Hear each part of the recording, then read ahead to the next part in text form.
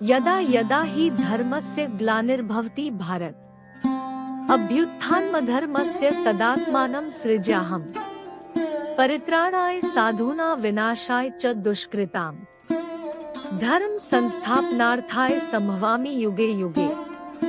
संपूर्ण विश्व में पहले वैदिक धर्म ही था, फिर इस धर्म की दुर्गति होने लगी।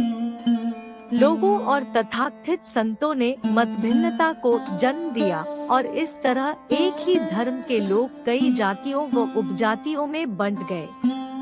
ये जातिवादी लोग ऐसे थे जो वेद, वेदांत और परमात्मा में कोई आस्था विश्वास नहीं रखते थे। इसमें से एक वर्ग स्वयं को वैदिक धर्म का अनुयायी और आर्य कहता था, तो दूसरा जादू टोने में विश्वास रखने वाला और प्रकृति तत्वों की पूजा करने वाला था। दोनों ही वर्ग भ्रम और भटकाव में जी रहे थे, क्योंकि असल में उनका वैदिक धर्म से कोई वास्ता नहीं था। कहते हैं कि श्री कृष्ण के काल में ऐसे 72 से अधिक अवैदिक समुदाय दुनिया में मौजूद थे। ऐसे में श्री कृष्ण ने सभी को एक किया और फिर से वैदिक सनातन धर्म की स्थापना की। आज हिंदू धर्म की हालत यह है कि हर संत का अपना एक धर्म और हर जाति का अपना अलग धर्म है। लोग भ्रम और भटकाव में जी रहे हैं। वेदों को छोड़कर संत, ज्योतिष और अन्य लोग दूसरे या मनमाने धर्म के समर्थक बन गए हैं। खैर, अक्सर यह कहा जाता है कि हिंदू धर्म का कोई संस्थापक नहीं, इस धर्म की शुरुआत का कुछ अतापता नहीं। हालांकि धर्म के जानकारों अनुसार वर्तमान में जारी इस धर्म की शुरुआत प्रथम मनु स्वयंभुव मनु के मनवंतर से हुई थी। ब्रह्मा, विष्णु, महेश सहित अग्नि, आदित्य, वायु और अंगिरा ने इस धर्म की स्थापना की। क्रमश कहे तो विष्णु से ब्रह्मा, ब्रह्मा से 11 रुद्र, 11 प्रजापतियों और स्वयंभुव मनु के माध्यम से इस धर्म की स्थापना हुई। इसके बाद इस धार्मिक ज्ञान की शिव के 7 शिष्यों से अलग अलग शाखाओं का निर्माण हुआ। वेद और मनु सभी धर्मों का मूल है।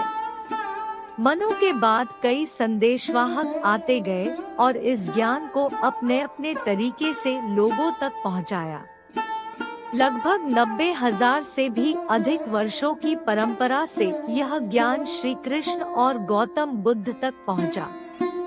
यदि कोई पूछे कौन है हिंदू धर्म का संस्थापक, तो कहना चाहिए ब्रह्मा है प्रथम और श्री कृष्ण बुद्ध है अंतिम। जो पूछते हैं उन्हें कहो कि अग्नि, वायु, आदित्य और अंगिरा ने हिंदू धर्म की स्थापना की।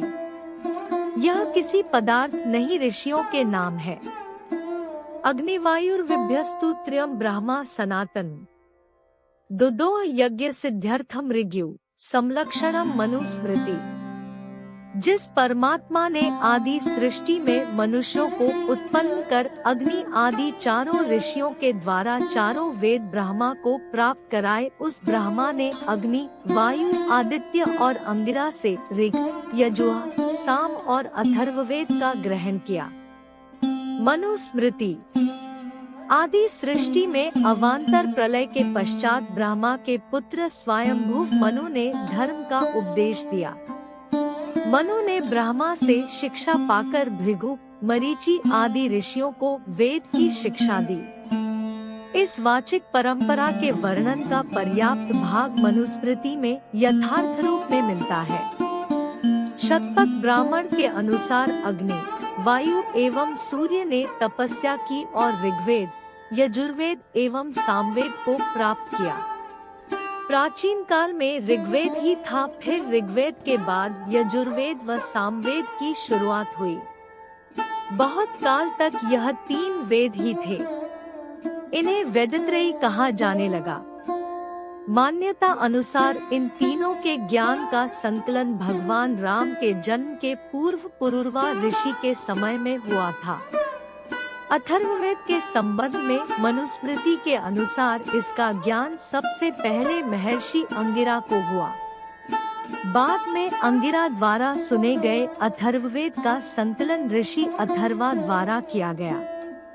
इस तरह हिंदू धर्म दो भागों में बंट गया, एक वे जो ऋग्वेद को मानते थे और दूसरे वे जो अथर्ववेद को मानते थे। इस तरह 4 किताबों का अवतरण हुआ।